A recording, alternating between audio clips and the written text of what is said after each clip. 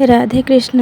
आज आपण मानक नहीं आसी सुपर फूड एते परफेक्ट और एते टेस्टी बनब मु जमा भी भाभी नथिली।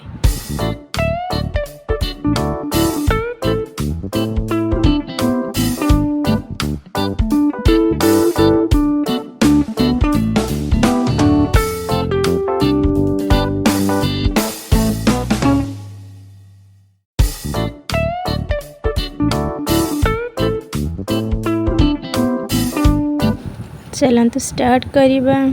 से मुझे सागु ये भल भाव धोई नहीं धोईकी कभर कर रखीदे 3 घंटा मुझे 3 घंटा हो गला मुझे कभर बाहर करके देखा केते परफेक्ट हो जाइए। आपड़ जी भी सागु ने तार 3 भाग ही पानी ने धरी नियंतु आप गोटे गिना सागु नहीं तो आपड़ अध गिनारू टिके ऊपर बा गंठ गिना ही पानी देवे। गोटे गिनारू कम हो गंठ गिना बस से हिसाब रे ही आपण पानी देले आपणकर सागुटा परफेक्ट एमती फुली जीवो। तापरे मुझे गोटे टिफिन को ट्रांसफर करी नहीं जाउची।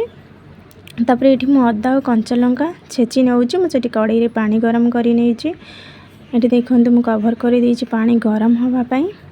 तापरे एठी मु सागु को स्टीम हवा पाई दे देबी।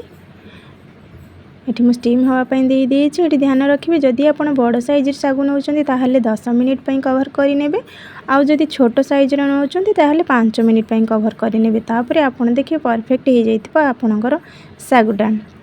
तापरे मु एठी बादाम नै जाइछि ग्राइंड करबा पाई। तो आपण जेते बादाम एठी यूज करिवे तार अधा ही नेबे ग्राइंड करिवे आ अधा गोटा ही रखिथिबे।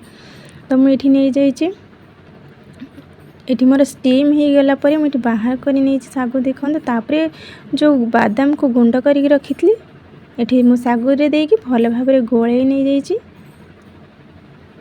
सागुटा गरम थिबे आपण सेते बेले ही देबे बादामटा नहीं गोले नेबे।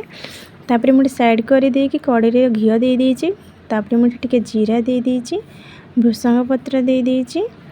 तापरे मुझे देखंतु आलू को एमती भाव में काटी नहीं जाइए टिके मोटा साइज अच्छे जमीक आमर खिचुड़ी रे आलूटा गोटा गोटा रहिबो सेथिबे मु टिके मोटा साइज रे काटी नहीं आलू को टिके एमती भल भाव में भाजी नेबे टिके कलर हवा जाए।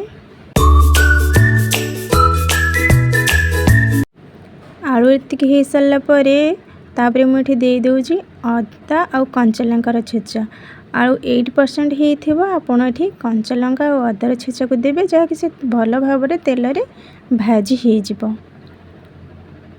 अदा ये कंचा लंका भल भाव में भाजी हो सारा पर मुझे टमाटो को दे दूची। टमाटो को ये भी भल भाव में भाजी नवा बिल्कुल भी आम पानी ऐड करवानी। जिते बेले भी आपड़ सागु खिचड़ी बनाउछंती बिल्कुल भी पानी ऐड करेंगे। ये मुझे दूची स्वाद अनुसार लुण बाकी जो बादाम थिला मु ताकू दे दूची ये भजा बादाम। तापरे ताकू भल भाव में गोले नउची 80% आलू आमर सिझीथिला आमर अदा आउ टमाटो ए सब भाजवा भितर आमर आलू टोटाली भल भाव में सिझी जाइछि। तापरे मु एठी दे दूची सागु सागु को दे आम भल भाव में गोली नबा। मु एठी टिके चीनी को पाउडर करके देइछि। आपण चाहिए चीनी स्किप कर पारिबे जदि मीठा खाया पसंद करूना किंतु चीनीटा देले टिके टेस्ट